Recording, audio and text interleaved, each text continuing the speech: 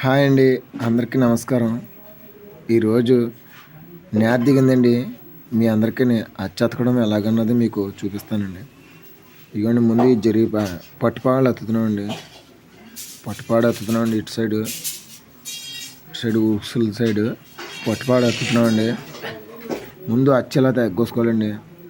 ఒక కొలత ప్రకారంగా అచ్చు ఇలాగ కొయ్యాలండి. అచ్చు కొలత ప్రకారంగా ఇలా కోసి ఇలా లెవెల్ చేయాలండి. ఇక్కడ ముందుకుంటానే ఇదిగోండి, ఇది ఇలాగా ముందు 2 తాళ్ళు అని వేసుకోవాలండి. ఆ తర్వాత ఇలాగా 3 శివలు ఉడుక్కోవాలండి. ఒడిగర్ల వర ఈ ఒడిగర్లండి. ఇలా 3 శివలు ఉడుక్కుని ఇక్కడ 2 పెడబద్దారం అంటారండి. దీన్ని ఇలా పెడబద్ద వేసుకుని అప్పుడు అచ్చతకాలండి. ఇది ఇలా అచ్చతకి